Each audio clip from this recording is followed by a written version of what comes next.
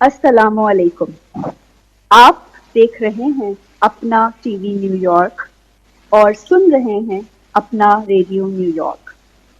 اور میں ہوں کشور نازلی۔ معزز سامعین، جیسا کہ آپ جانتے ہیں کہ ہم ہر جمعے کو آپ کے لیے لے کر آتے ہیں پروگرام زبان عشق، جس میں ہم شعراء کرام کو مدعو کرتے ہیں اور ان سے ان کے ہی تخلیق کردہ کلام سنتے ہیں۔ آج بھی جمعہ ہے، لیکن یہ دن عام نہیں، یہ تاریخ عام نہیں، یہ مہینہ عام نہیں۔ یہ مہینہ ہے محرم الحرام کا، اور آج ہے 9 محرم۔ اسی حوالے سے ہم آج اپنے پروگرام میں گفتگو کریں گے داستان عشق کی۔ ایک لازوال عشق، وہ عشق جو کائنات کی سب سے عظیم ہستی ہمارے محسن نبی آخر الزماں سرور کائنات صاحب تاج شاہ معراج حضرت محمد مصطفیٰ صلی اللہ علیہ وآلہ وسلم نے اپنے خالق سے کیا، اور اپنی امت سے کیا، اور اپنے خالق دین سے کیا، اور اسی عشق میں ان کے نواسے، ان کے چہیتے نواسے حضرت امام حسین رضی اللہ عنہ، سردار نوجوانان جنت، فاطمہ کے نور نظر، بلندیوں کے منتہا، صحابہ کرام کے دلوں کے سرور، استقلال کے نیر و تاباں، اور شبیہ مصطفیٰ نے اپنے نانا کے دین کی سربلندی کے لیے جان قربان کر دی۔ باطل کے آگے جھکنے سے گردن کٹانے کو ترجیح دی، اور شہید ہو کر دین کو زندہ کر دیا ابد تک۔ باطل کے سامنے نہ جھکائے جو اپنا سر، باطل کے سامنے نہ جھکائے جو اپنا سر، سمجھو کہ اس کے ذہن کا مالک حسین ہے۔ ہم جیسے جیسے شعور کی منزل پہ قدم رکھتے ہیں،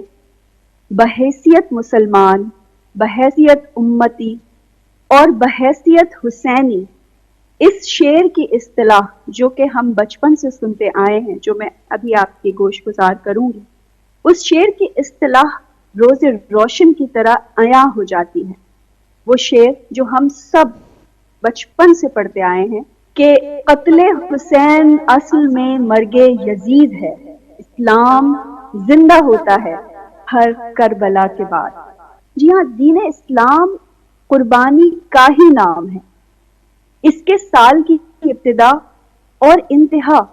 قربانی سے ہی ہوتی ہے۔ اسلامی سال کے پہلے ماہ محرم الحرام میں نواسۂ رسول صلی اللہ علیہ وآلہ وسلم حضرت امام حسین رضی اللہ تعالی عنہ نے اپنے 72 جانثاروں کے ساتھ دین اسلام کی بقا کے لیے میدان کربلا میں جان کا نذرانہ دینے سے دریغ نہیں کیا۔ تو دوسری جانب اسلامی سال کے آخری مہینے ذی الحجہ میں پیغمبر خدا حضرت ابراہیم علیہ السلام خدائے بزرگ و برتر کی خوشنودی رضا اور مشیت ایزدی کے پیش نظر اپنے گوشہ جگر حضرت اسماعیل علیہ السلام کی قربانی دینے کے لیے بنا کسی توقف کے تیار ہو گئے۔ خدا کے حکم سے ان کے فرزند کی جگہ قربانی کے لیے دمبا آ جاتا ہے، اور یوں حضرت ابراہیم اپنے امتحان میں پورے اترتے ہیں۔ چنانچہ ہم دیکھتے ہیں کہ اسلام ہی دنیا میں وہ عظیم ترین دین ہے، دین حق ہے، کہ جس کے آغاز و اختتام دونوں میں ہی شہادت و قربانی نمایاں طور پر نظر آتے ہیں۔ ویسے تو ہماری تاریخ بہت سے خون آشام، الم انگیز واقعات سے بھری ہوئی ہے، لیکن کربلا کا واقعہ بڑا ہی خونی قبا اور شفق رنگ ہے۔ یہ وہ واقعہ ہے جس میں مورکہ کربلا کی داستان عشق لکھی گئی، جس کو بیان کرنا، جس کے بارے میں بات کرنا انتہائی مشکل امر ہے، کیونکہ لکھتے ہوئے قلم کا سینہ شق ہو جاتا ہے اور کہتے ہوئے دل کپ کپا اٹھتا ہے، روح تھر تھرا جاتی ہے اور بدن کے رونگٹے کھڑے ہو جاتے ہیں۔ تو معزز سامعین، آج ہم نے اس موضوع پر گفتگو کے لیے جس شخصیت کو دعوت دی ہے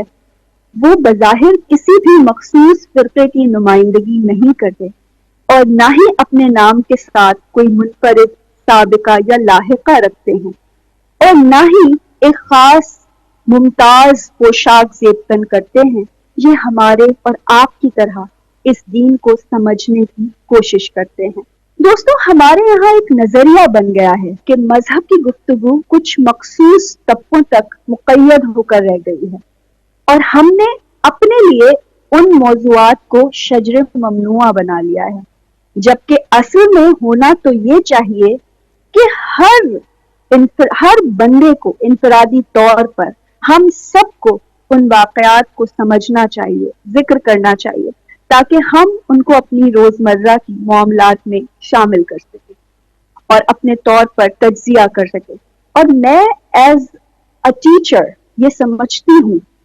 کہ ہماری جنریشنز اور ان کے جو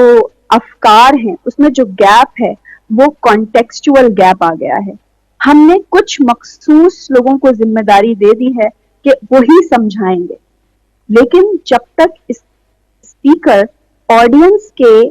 کانٹیکسچول نیڈز کو پورا نہیں کرتا اس کی بات میں اتنا اثر نہیں ہوتا۔ تو آج ہماری یہی کوشش ہے اور ہمارے ساتھ تشریف رکھتے ہیں ایک بہت ہی سادہ معزز مہمان جو کہ پیشے کے اعتبار سے نیٹ ورک انجینئر ہیں اور ایک معروف کمپنی میں اپنی صلاحیتیں بروئے کار لا رہے ہیں۔ تو آئیے ملتے ہیں محمد مظہر الدین اختر صاحب سے۔ السلام علیکم، کیسے ہیں آپ؟ وعلیکم السلام کشور نازلی صاحبہ، بہت بہت سب سے پہلے تو میں آپ کا بہت بہت شکریہ ادا کرنا چاہوں گا کہ آپ نے مجھے جس موضوع پر اور جس واقعے کے اوپر لب کشائی کرنے کا موقع دیا ہے آج، یہ عین عبادت میں سے ایک ہے۔ بے شک۔ اور یہ داستان گویا سال ہر سال ہم ہر سال سنتے ہیں، لیکن پھر بھی اس کا غم اور اس میں گزرنے والی تکالیف جو ہمارے پیارے آقا محمد صلی اللہ علیہ وآلہ وسلم کے خاندان نے اٹھائیں، اس کی تکلیف کم نہیں ہوتی ہمارے دلوں۔ اور اس واقعے کربلا میں بہت ساری چیزیں پنہا ہیں۔ یہ ایک مارکا تو ہوا، اس سے جو ہمیں سبق ملتا ہے اور اس سے جو بھی ہمیں سبق ملتا ہے وہ ہمیں اپنی زندگی میں بروئے کار لانا چاہیے، تاکہ ہم بھی امام حسین رضی اللہ تعالی عنہ کے نقش قدم پہ اپنی زندگی کو گزارنے کی کوشش کر سکیں اور اسلام کا پرچم ہم بھی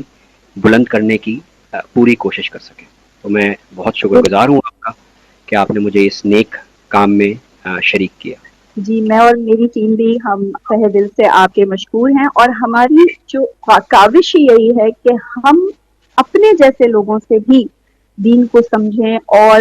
جو واقعات کربلا کی روشنی میں کہ ہم اس کو اپنی عام زندگی میں، یہ جو میسج تھا کہ پیغام جو دیا گیا، پیغام حق کہ باطل کے آگے سر نہیں جھکانا، اس کو ہم کیسے اپنی زندگی میں شامل کر سکیں۔ تو میں اس گفتگو کا آغاز آپ سے کروں گی کہ آپ واقع کربلا سے پہلے کے مناظر پہ تھوڑا روشنی ڈالیں، پس منظر کیا تھا؟ میں درود پاک سے آغاز کرنا چاہوں گا بالکل